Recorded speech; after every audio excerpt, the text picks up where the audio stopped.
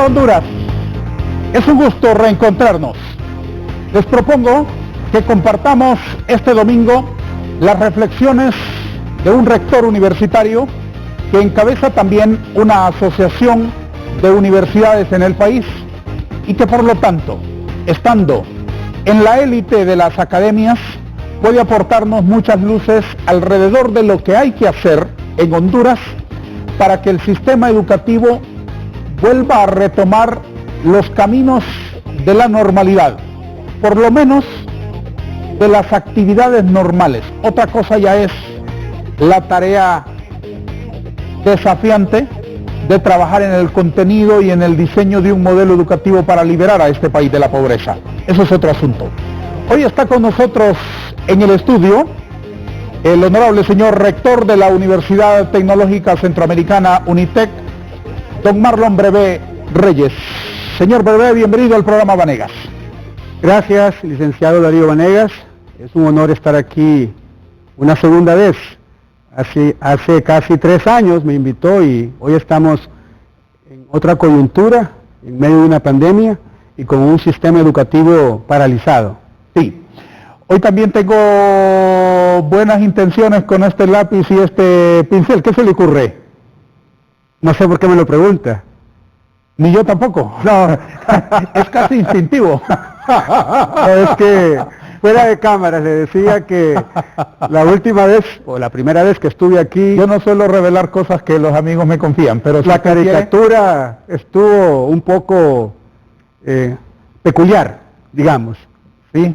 Tenía cachetes inflados y espero que esta vez los cachetes no salgan tan inflados. ¿Considera usted que eso es atribuible al caricaturista? Creo que puede ser atribuible al caricaturista o al invitado. Voy a elaborar una caricatura de nuestro interlocutor hoy en el programa. Procedo con un boceto previo, luego voy a ir agregando tinta y colores en la medida de las posibilidades. En primer lugar, partamos de una reflexión desde su sector. ¿Cómo ha sido este tiempo de pandemia, de emergencia sanitaria, de suspensión de actividades para la educación superior, particularmente en Honduras?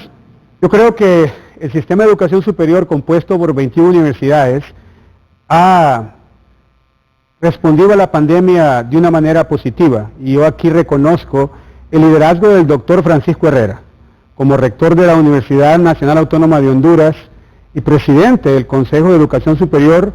Él, recuerdo, nos reunió a mediados de marzo a las universidades que conformamos el Consejo de Educación Superior y se tomó la decisión de que migráramos a una educación virtual. Marzo del año anterior. De 2020, correcto, hace más de un año. Sí. Y migramos las 21 universidades y se nos pidió que en primer lugar centráramos al estudiante como la parte más importante de un proceso de formación y que tratáramos de invertir en nuestras plataformas virtuales de aprendizaje para que fueran más robustas, para que el ancho de banda fuera amplio, para que no tuvieran problemas los estudiantes en conectarse. Bueno, para eso no se necesita que el rector de la universidad se lo diga. No, fue una discusión entre 21 rectores y ahí se sacó una resolución para que las universidades le pusieran atención a esta migración a una educación virtual.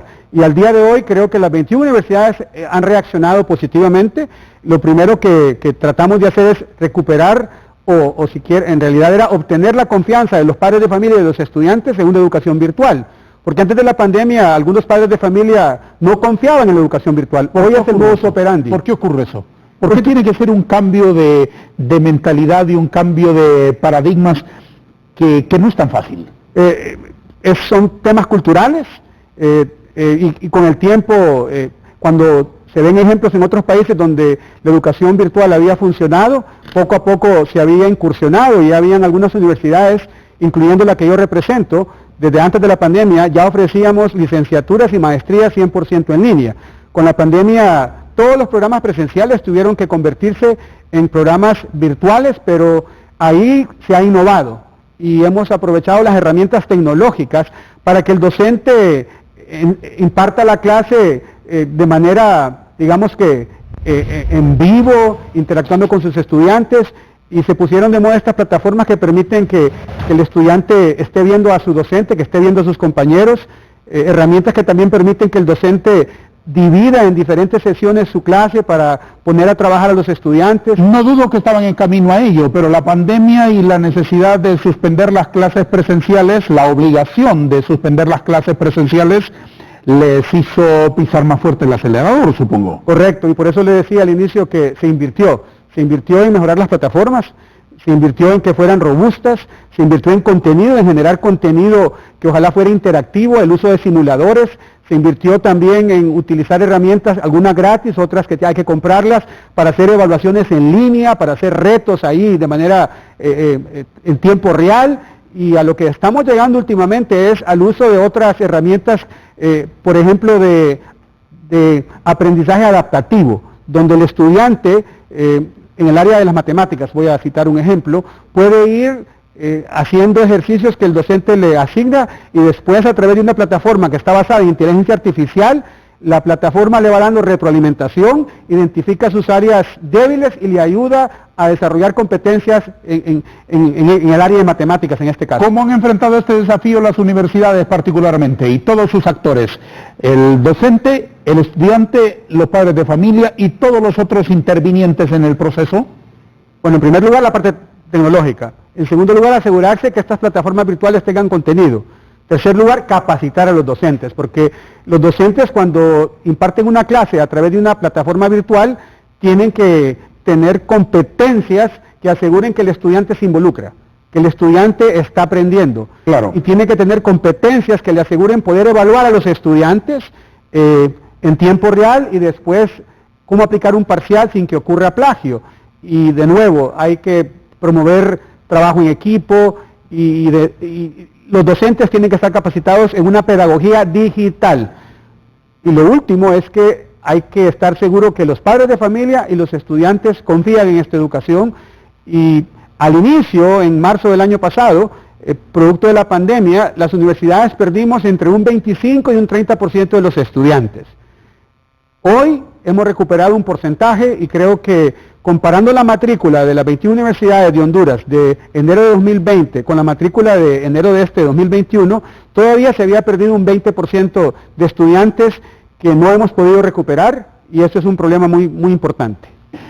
De puertas para afuera, señor rector, ¿cuál ha sido el aporte de las academias en este tiempo de pandemia para una sociedad que necesita luces?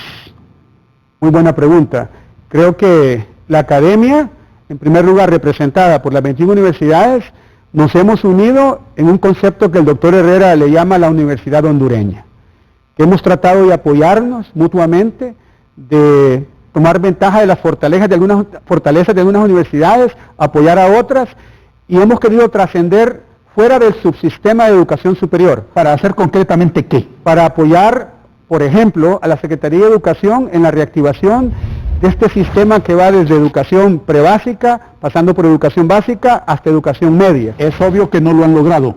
Se creó una fuerza de trabajo integrada por especialistas de la Universidad Nacional Autónoma de Honduras, de la Universidad Pedagógica Nacional Francisco Morazán y de la Asociación Nacional de Universidades Privadas de Honduras, que UNITEC preside en estos momentos, y se revisó el plan estratégico del sector educativo, se priorizó ese plan, se adaptó a la pandemia y se presentó una propuesta al ministro de Educación, la entregamos en enero, seguimos conversando con el ministro de Educación, algunas partes de esa propuesta ya se han integrado a un plan estratégico para 2022, 2023, y el ministro de Educación ha reconocido que las universidades están apoyando, estamos tratando de reactivar el sistema. Las universidades, por ejemplo, han liderado los pilotajes. Las universidades a partir de febrero, con la autorización de SINAGER, comenzaron a pilotear un regreso semipresencial, gradual, solo para las clases que tenían un componente práctico y que ese componente práctico era necesario impartirlo de forma presencial. Hemos tratado de apoyar al ministro de Educación para que también en el sistema de educación prebásica, básica y media se pilotee. Hay algunos centros, pero muy pocos, que están piloteando, y yo creo que SINAGER analizó una solicitud que hizo el ministro de Educación para que 55 centros pilotearan y se les denegó por la última oleada de la pandemia. Esperamos que SINAGER pronto autorice que no solamente 55 centros, sino ojalá uno de cada nivel de prebásica, básica y media en los 298 municipios, es decir, casi 900 centros se piloteen a partir del inicio del segundo semestre, que es ahora en julio. ¿Qué nivel de eficiencia considera usted siendo lo más objetivo posible que hay en la educación virtual en Honduras? Algunas carreras y algunas asignaturas se prestan más a la educación virtual, desde luego. Reconocemos que hay asignaturas en ingeniería, en ciencias de la salud, en gastronomía, en carreras que requieren de aprender haciendo pero en forma presencial, que han sido afectadas. Y por 6, 9 meses, esas carreras los estudiantes estaban estancados porque no podíamos ofrecer las asignaturas que tenían componentes prácticos. Con los pilotajes eso se ha paliado y ahora ya están avanzando. Otras carreras creo que se prestan para que sean impartidas, si se podría, 100% virtual. ¿En ellas cómo les ha ido? Bien, bien. Ahora, hay temas que de nuevo, si uno tiene que escoger entre educación virtual y educación presencial, obviamente, escoge lo presencial. Obviamente. Pero en tiempos de pandemia, la educación virtual ha evolucionado positivamente y al día de hoy yo me pregunto, algunas maestrías en el área de negocios, donde hay mucha tecnología como el uso de simuladores, donde por ejemplo en un sábado que se impartían clases presenciales en la universidad que yo represento, donde venían estudiantes de Danlí, de Juticalpa, de Comayagua, de Ciguatepeque o a San Pedro Sula, venían de Santa Rosa de Copán, de Santa Bárbara, ¿será necesario cuando regresemos a la presencialidad en 2022 seguir con clases presenciales? Yo creo que no. Yo creo que aún las maestrías presenciales en el área de negocios van a tener un componente virtual alto. Posiblemente 50-50 o inclusive más del 50% podría ser educación virtual en estas maestrías donde la tecnología y el uso de simuladores puede reemplazar la presencialidad. ¿Cómo hicieron finalmente con lo que no funciona online? Ya han estancado, no se han podido ofrecer esas asignaturas. El área de ciencias de la salud, hay asignaturas que requieren de prácticas clínicas en los centros de salud de atención primaria, en los hospitales regionales, en los hospitales de especialidades, y no se podían ofrecer. SINAJER autorizó, y ahí reconozco el apoyo porque la Secretaría de Salud priorizó a los estudiantes que están haciendo internados, servicio social, y que están en estas prácticas clínicas en estos centros de salud, y les aplicó la vacuna. Y ahí ya hemos logrado que estos estudiantes avancen. Más allá de lo tecnológico, señor rector, los cambios de paradigmas, los cambios de actitud, de procedimiento, de adaptación a esos nuevos procesos para la enseñanza-aprendizaje, ¿cómo ha funcionado entre el maestro y el alumno en esa hora de contacto? Ha sido un proceso de adaptación, de ganarse la confianza mutuamente, pero han habido altibajos. Tenemos reportes de que la salud mental de nuestros estudiantes y docentes ha sido afectada en algunos casos y por eso hemos creado programas de apoyo, tanto para los docentes como para los estudiantes. En nuestra universidad tenemos un consultorio psicológico que apoya a los estudiantes. También los tutores ahora están más alertas para seguir apoyando a los estudiantes. Yo creo que esta adaptación ya lleva más de un año y creo que hoy por hoy las 21 universidades están haciendo un buen papel y revisamos la última resolución que sacó el Consejo de Educación Superior. Ahí salen 2 o 3 mensajes claves.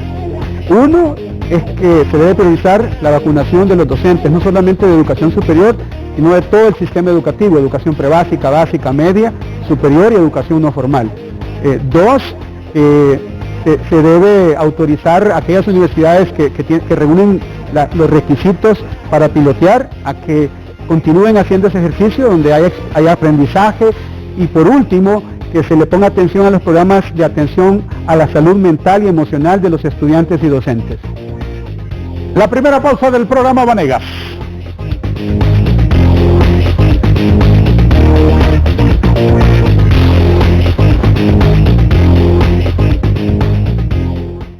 Tienen 10 deliciosos sabores. A mí me gusta el de mango, naranja, horchata y fresa. A mí el de mora en leche, piña, limón, y a mi papá el de jamaica y durazno. Yo a mis hijos les doy frescos ya porque tiene vitaminas. Rinde 2 litros. Y por el azúcar, ni me preocupo. Con Frescos Ya, no necesito echarle azúcar. Refrescos Ya viene fortificado con 5 vitaminas. La vitamina A contribuye al mantenimiento de la visión. La vitamina B5 contribuye al rendimiento intelectual. Y tiene vitamina C, B3 y B9. Refrescos Ya es riquísimo. Tiene 10 deliciosos sabores. Ahorras porque no necesita azúcar. Rinde 2 litros. Y todo esto por tan solo 5 lempiras. ¡Refrescos Ya! En el próximo capítulo, voy a hablar con mi hermano y lo voy a llevar a la policía para que se abra una investigación. Muchas gracias, padre. Así que si quieres que lo nuestro continúe, vas a tener que dejar de tener sexo con ella. ¿Qué te pasó? Pues que yo intenté abortar esa criatura, pero no pude. Fuego Ardiente, lunes a viernes 2 p.m. por Canal 5, el líder.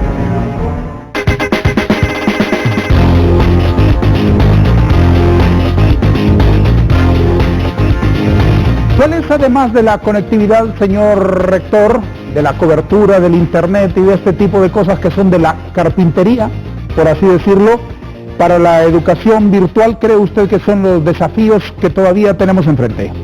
Que las plataformas tengan contenidos curriculares pertinentes, actualizados. ¿Eso a quién corresponde? ¿A cada institución? Cada universidad, cada centro educativo. Por eso hay que invertir. Y desarrollar un curso en modalidad virtual requiere de un monto significativo. Y también el otro reto es capacitar a los docentes en competencias digitales, porque la pedagogía digital es diferente a la pedagogía presencial. Capacitarlos en herramientas de evaluación, capacitarles en mantener involucrados, empoderados a los estudiantes. Y obviamente que del lado de los estudiantes está el reto de la motivación, de la automotivación.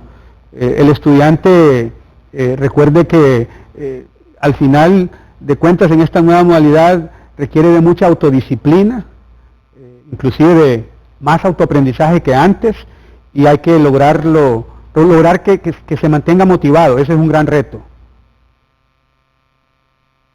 ¿Por qué razón en las universidades públicas no tenemos en Honduras el mismo nivel de avance tecnológico que tienen las universidades privadas?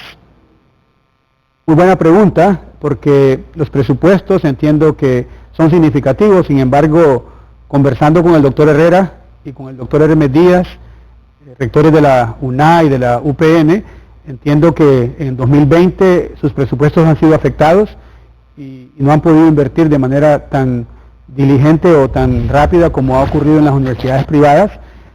Por el tema de las contrataciones del Estado, creo que las universidades públicas requieren de más tiempo para poder adquirir un servicio, o ya sea tecnológico, y aún así creo que las universidades públicas han invertido y se han esforzado por traer las últimas tecnologías, por mejorar sus plataformas tecnológicas, por mejorar el ancho de banda de sus servicios de infotecnología, y estamos bien las 21 universidades.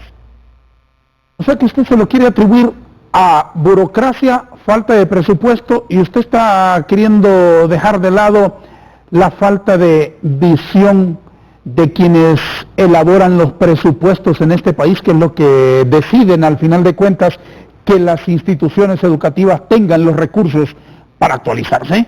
Yo creo que el presupuesto de la Universidad Nacional Autónoma de Honduras es un 6% del presupuesto nacional, y teóricamente no se ha cumplido en muchos años, pero eso ya garantiza que la UNA tiene su presupuesto. Entiendo que las otras universidades públicas, la pedagógica, la Universidad Nacional de Agricultura, la de la Defensa, la de los policías y la de Ciencias Forestales, tienen presupuestos más limitados, pero su población estudiantil también es menor. Ahora, donde sí creo que vale la pena criticar de manera constructiva son los presupuestos asignados a los sistemas de educación pública en los niveles preescolar, básica y media, porque decir que se invierte más en seguridad, en defensa, que en educación o en salud, en estos tiempos de pandemia es insólito.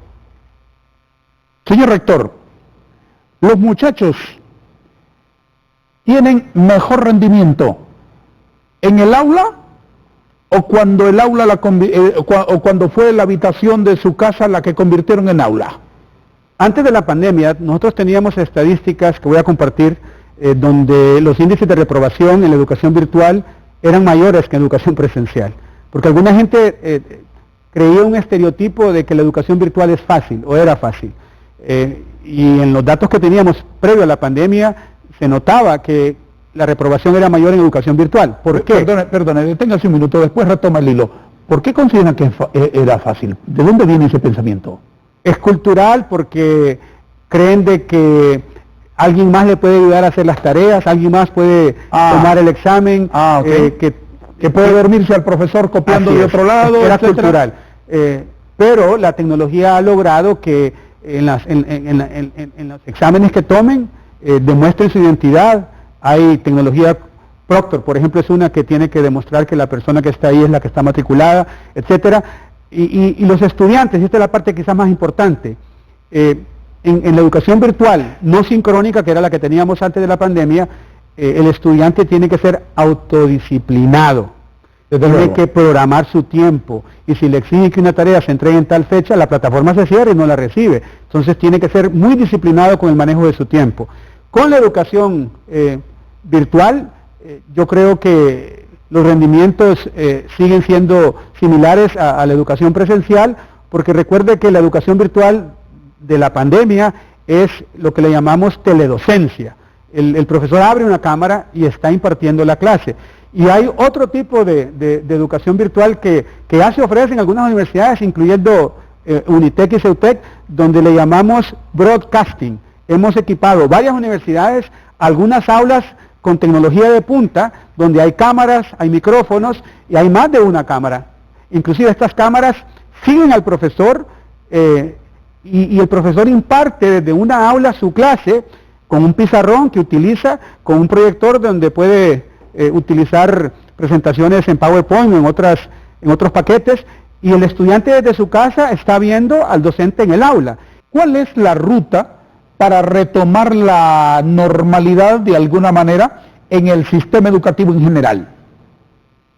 Revisemos primero las 3 estrategias que se han tratado de implementar desde que la pandemia afectó a Honduras. En primer lugar, la tecnología. Y para ello tiene que haber un aula virtual, un sistema de gestión del aprendizaje, con contenidos, con docentes capacitados y con conectividad gratuita para los docentes y para los estudiantes. Eso no se ha cumplido.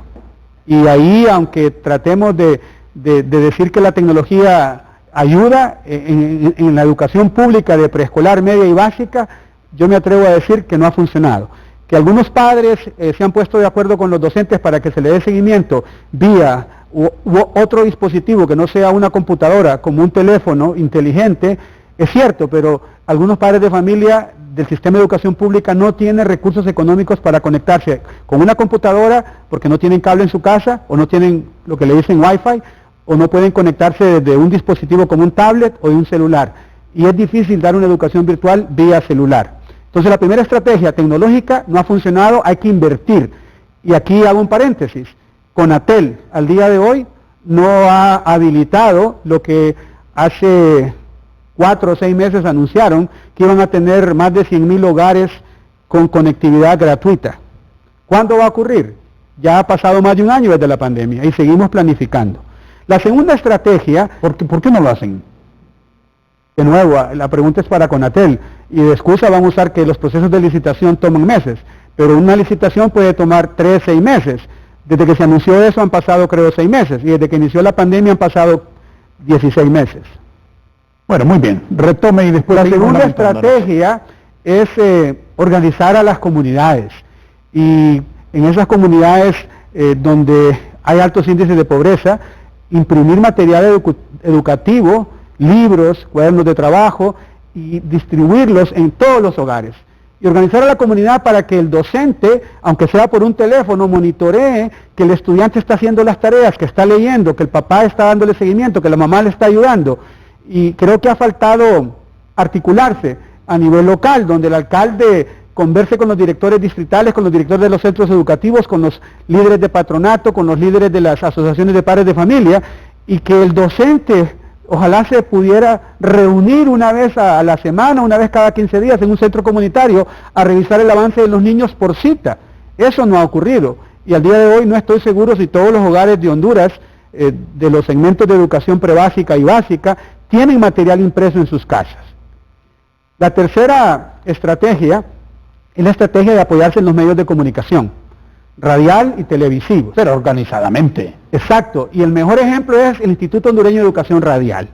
IER es una institución que ha estado funcionando por años y que ofrece la oportunidad de graduarse de un bachillerato a jóvenes que no tienen que ir a un colegio, sino que escuchan la radio, aprenden a través de la radio, hacen sus tareas, pero la clave es el seguimiento. Vienen el fin de semana a una institución, a una oficina, donde les revisan las tareas y les dan retroalimentación.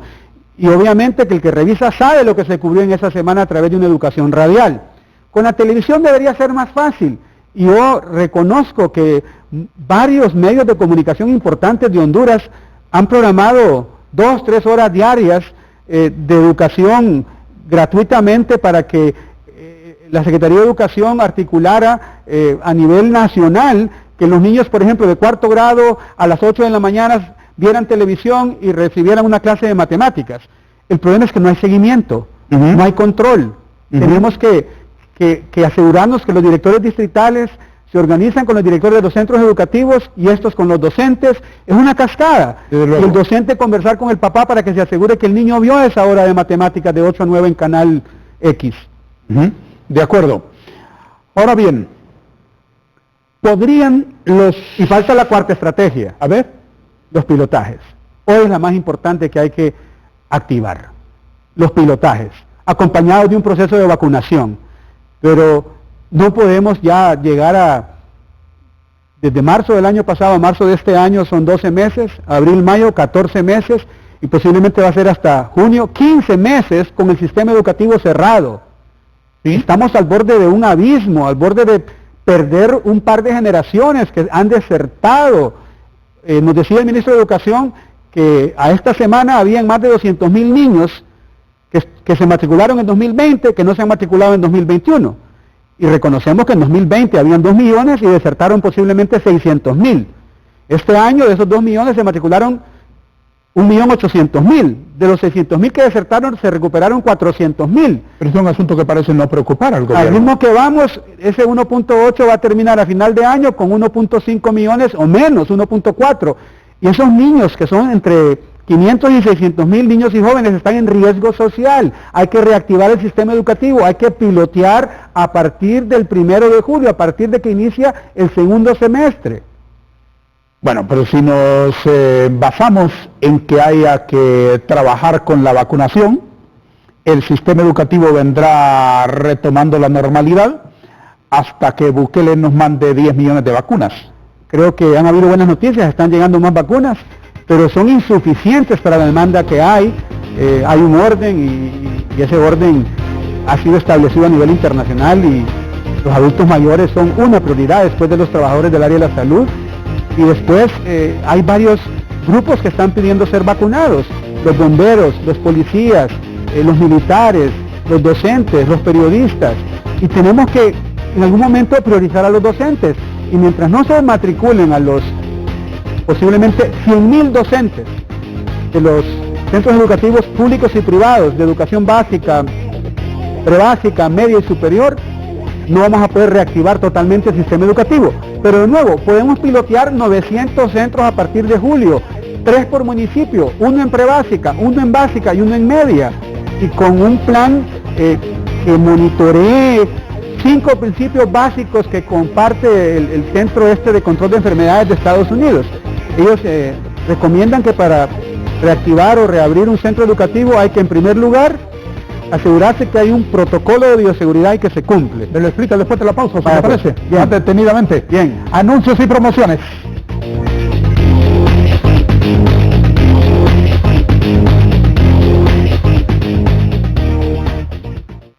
En mi casa nos gusta reutilizar los recipientes plásticos y también clasificar la basura, ya sea como cartón, desechos orgánicos y plástico. Este año me sumé a Plantatón HN con mi familia y estamos reciclando todos nuestros desechos para no seguir contaminando nuestro planeta. ¿Y vos qué haces por el medio ambiente? Envíanos tu foto a través de nuestra cuenta oficial Plantatón HN y mantengamos una Honduras más verde. Yo soy Plantatón.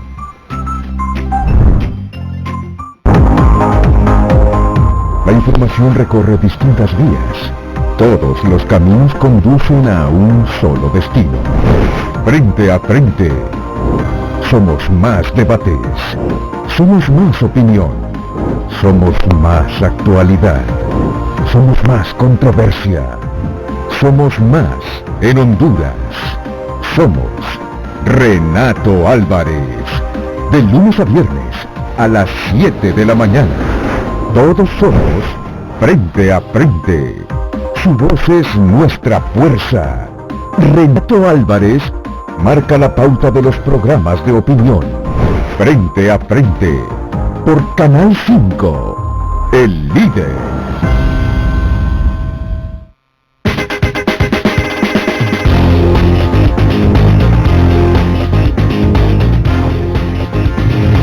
Gracias por estar siempre puntuales en nuestra cita de cada domingo, después de Noche de Gala por Canal 5, y a las 5 de la tarde nuestra retransmisión a través de la pantalla luminosa de Telesistema Informativo.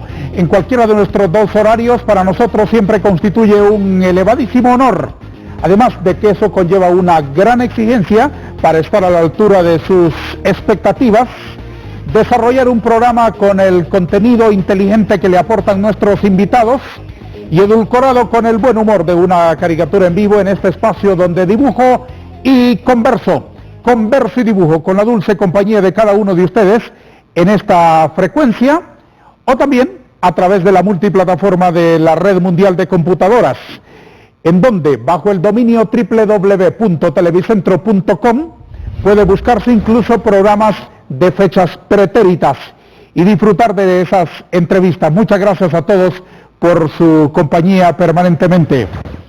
Estoy avanzando bastante en el dibujo, señor rector, con los dedos cruzados, tratando de no excederme en los cachetes para no verme en líos judiciales con usted, porque ya lo vi lo resentido que es, trabajando en una computadora así, en una camisa así muy cómodo en un escritorio, ¿le parece? Me está diciendo que está haciendo Photoshop manual. Esto es un denodado esfuerzo. Los caricaturistas tenemos una tendencia a exagerar. Le agradezco. Que ya veo que lastima ciertos corazones. Le agradezco su gentileza.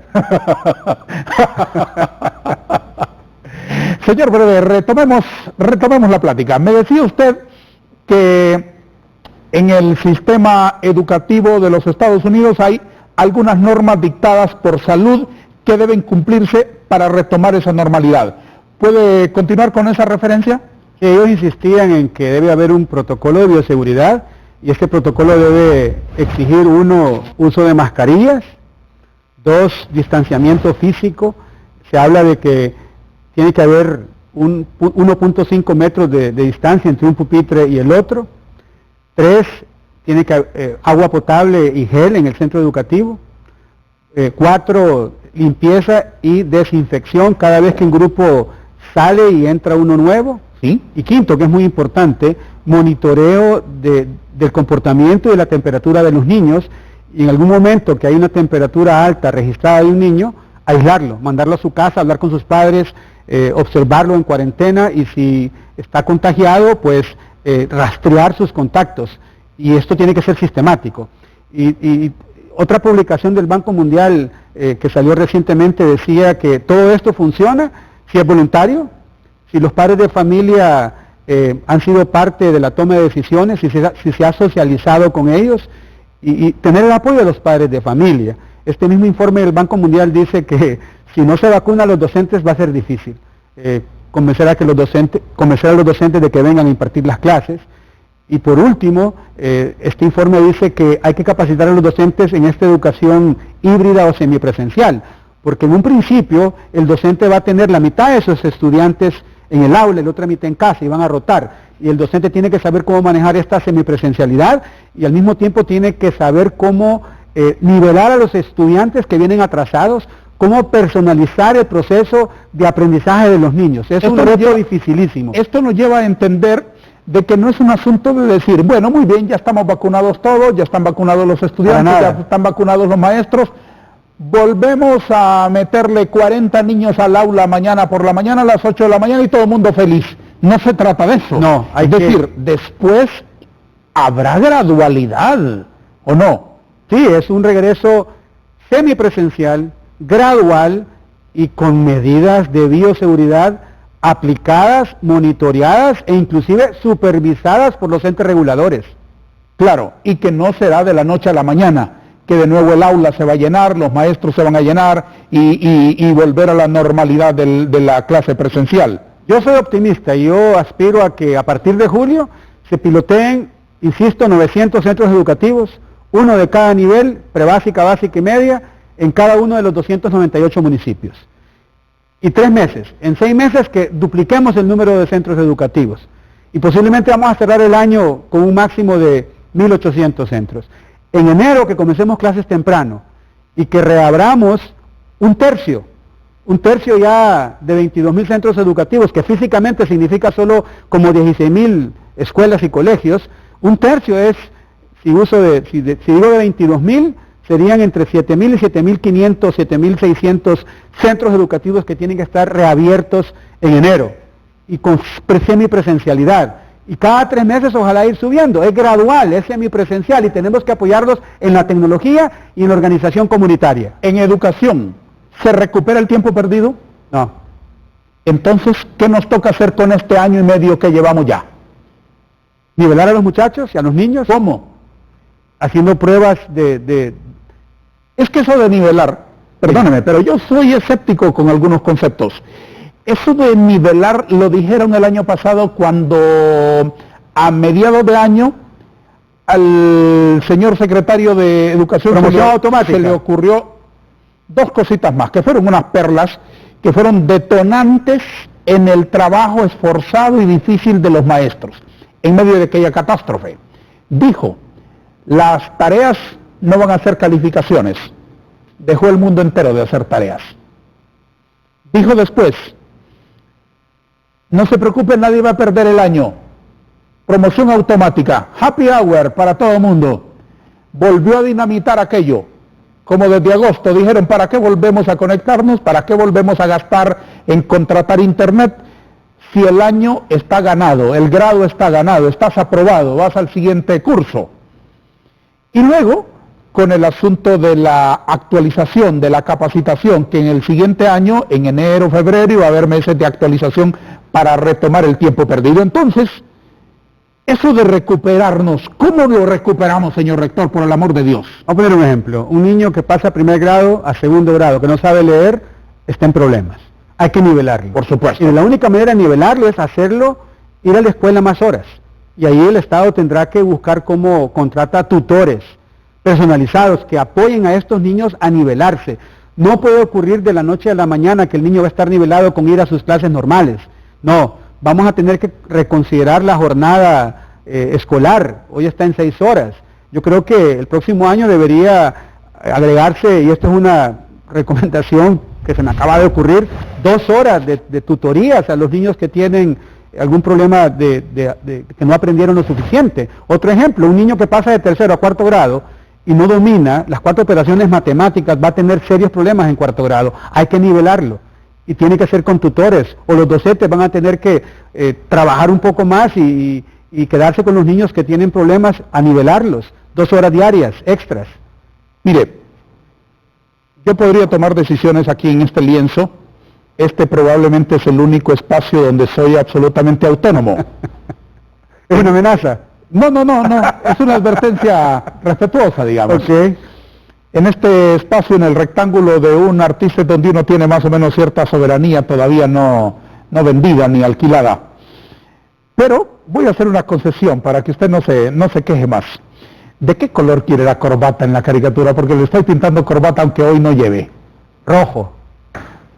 Muy bien. Coincide con la decisión que yo ya había tomado previamente. Me alegra. A mí más. Aquí está el rojo encendido de la libertad. en la corbata del señor rector, don Marlon Brevé Reyes. Ahí está. Super nice. Gracias. Muy bien. Señor rector, este problema de la educación básica es un problema que viene a repercutir en la educación superior, desde luego. ¿Cuáles son los parámetros con los cuales las universidades quieren que los estudiantes alcancen un nivel óptimo cuando se colocan en el frontispicio de una ciudad universitaria? Antes de responder esa pregunta, quiero decir algo que se me había ocurrido y no había podido, que tiene que ver con los jóvenes en riesgo social que han desertado. A esos muchachos, a esos niños y niñas no podemos nivelarlos, porque no regresan. A ellos hay que ir a buscarlos y tratar de minimizar el riesgo social en que están a través de una educación no formal. Y eso es importante, que también se active o se reactive el sistema de educación no formal. Licenciado Vanegas, antes de la pandemia habían 800.000 niños y jóvenes, digamos jóvenes mayores de 16 años, que ni estudiaban ni trabajaban, ninis. Hoy es posible que hayan más de 1 millón. Y esos son jóvenes que están en riesgo social. ¿Entre qué edades? 16 para arriba. Dios santo. Y ellos están en riesgo de emigrar en las caravanas, bueno, no solo ellos, de ser reclutados para delinquir, ¿sí? Están desempleados, desesperanzados, buscando trabajo. Hay que habilitarlos para el trabajo con educación no formal. Pero volviendo a la pregunta que me hizo de las universidades, yo creo que las universidades hemos tenido una deuda, o han tenido una deuda, con el sistema de educación media, que hoy se está tratando de reparar esa deuda. Y es articularnos mejor para que el egresado de un bachillerato pueda ser admitido en una universidad y que tenga las competencias mínimas que requiere la universidad. La universidad requiere de razonamiento lógico, de comprensión de la lectura, de buena redacción, requiere mínimo, y esto no se requiere al salir del colegio, antes se requería al salir de 3er grado, el dominio de las 4 operaciones matemáticas, poder calcular una regla de 3 con su mente, sin una calculadora, un porcentaje. Son requisitos que garantizan que un joven tenga éxito en la educación superior. Y de nuevo hay que articularnos y creo que las universidades están tratando de formular un proyecto entre las 21 universidades para capacitar a los docentes en esta área que en inglés le dicen STEM, ciencia, tecnología, ingeniería y matemáticas. Y se le agrega una 5ª palabra que es humanidades. Otros agregan arte, y en inglés le dicen STEAM, S de ciencia, T de tecnología, E de ingeniería, A de arte y M de matemáticas. Tenemos que trabajar en estas 5 áreas: ciencia, tecnología, ingeniería, matemáticas y humanidades, para que los jóvenes tengan éxito en la educación superior. Es la última vez que interrumpo la plática, se lo aseguro. Unos anuncios.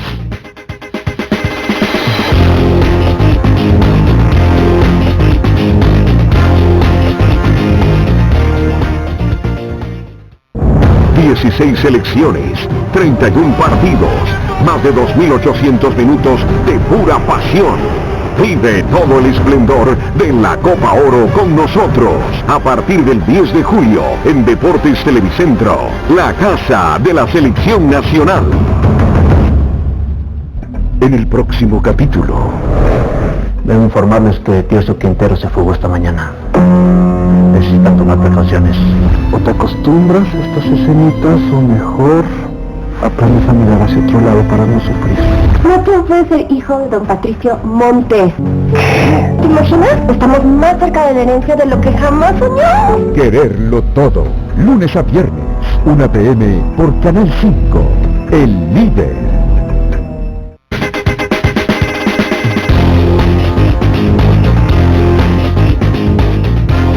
Señor rector, ¿cuál es el propósito de la Asociación Nacional de Universidades Privadas de Honduras? Aglutinar a 15 universidades privadas para defender sus intereses, especialmente hace unos años había como una rivalidad entre las universidades públicas y privadas, hoy ya no existe, para trabajar aunadamente en pro de una agenda educativa que prepare profesionales con carreras pertinentes al desarrollo económico del país, al desarrollo sostenible del país, tenemos planes estratégicos en cada universidad y tratamos de articularlos. Hoy estamos trabajando en bloque, las universidades privadas con las universidades públicas, e insisto en este concepto de la universidad hondureña, donde queremos contribuir fuera de la educación superior, no solamente en temas educativos, en temas de salud, en temas de reactivación económica, en temas de emprendimiento, en temas de valores, ciudadanía, democracia. Y tenemos algunos proyectos que algunos ya iniciaron y otros están por iniciarse. Hablo con el permiso del rector Herrera, del rector de Zamorano, la rectora de Zamorano, el rector de la Universidad Nacional de Agricultura de Catacamas y UNITEC. Estamos formulando un proyecto para contribuir a la reactivación del sistema agrícola y agroindustrial de Honduras en consorcio con 2 universidades de Estados Unidos. Y estamos en la etapa de formulación de una propuesta que ahora con los fondos que van a ser invertidos por el gobierno de Estados Unidos en el Triángulo Norte, esperamos tener acceso a recursos para ayudar a reactivar el sistema productivo, agrícola y agroindustrial de Honduras. ¿Qué clase de profesionales están saliendo de las universidades hoy? Profesionales creo que más solidarios, con mayor compromiso social, hambrientos de oportunidades laborales, conscientes de que el teletrabajo hoy está prevaleciendo, conscientes de que hay que reactivar la economía y que el sistema educativo y el sistema de salud son 2 sistemas donde los profesionales también pueden hacer la diferencia. Sin embargo, hay que reconocer que algunos profesionales están teniendo problemas para colocarse. ¿Han medido estadísticamente a qué salen un día después de la graduación? ¿A ser empleados, a ser empleadores o a huir? Muy buena pregunta. Varias instituciones han hecho estudios y empresas en general han sido afectadas, y cuando las empresas son afectadas también contratan menos profesionales. En el caso de los datos de la universidad que represento, hemos visto que los profesionales siguen colocándose entre 3 y 6 meses. Antes se colocaban entre 1 y 3 meses, hoy están tomando más tiempo. Algunos que tienen contactos y que han hecho prácticas profesionales en empresas donde han tenido un buen desempeño y que las empresas andan bien económicamente, son contratados inclusive antes de graduarse. Pero en promedio creo que están tomando entre 3 y 6 meses para colocarse. Otros están emprendiendo. Con la tecnología, en estos tiempos hay demanda de ciertos servicios y creo que profesionales de las ciencias que tienen que ver con informática se han aliado con profesionales de otras carreras y están ofreciendo servicios y están emprendiendo en forma grupal. Es importante reconocer el esfuerzo que hacen estos jóvenes por reinventarse. ¿El Consejo de Educación Superior está a la altura del deber? Claro que sí, y reconocemos el liderazgo del doctor Francisco Herrera como rector del Consejo de Educación Superior y también de la Universidad Nacional Autónoma de Honduras.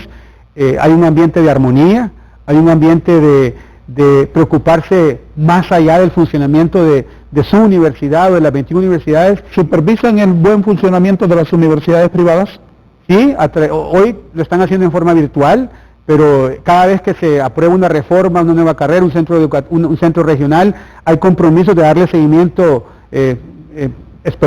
periódicamente, cada 3, cada 6, cada año, y sí hay supervisión. ¿Por qué a los muchachos de las universidades no les interesa la política? Creo que eso está cambiando.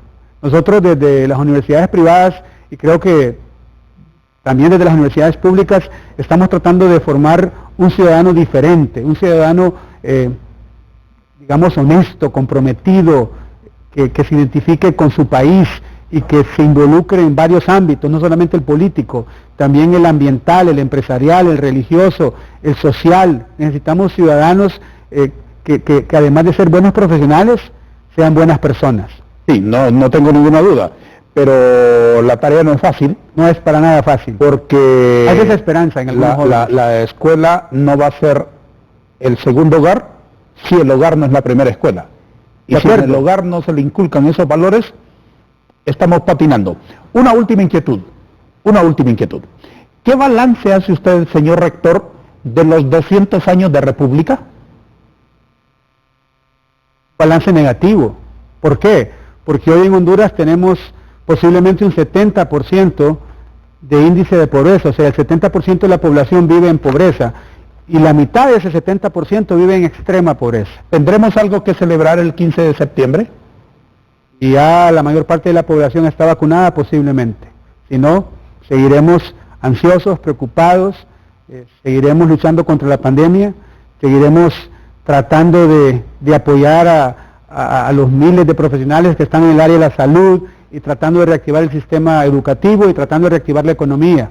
A ver a quién le dan el favor de la opinión de aplauso, a quién aplauden más los espectadores. Voy a mostrarle al público la caricatura con la que le he honrado o con la que tratamos de honrarle hoy, señor rector don Marlon Brevé Reyes, presidente de la Asociación Nacional de Universidades Privadas de Honduras. Coloco en sus manos el dibujo con mis dedos cruzados. A ver qué le parece. Te agradezco. Creo que está mejor que la primera que hizo hace 3 años. Hoy sí ya es un reflejo bastante fiel de este servidor.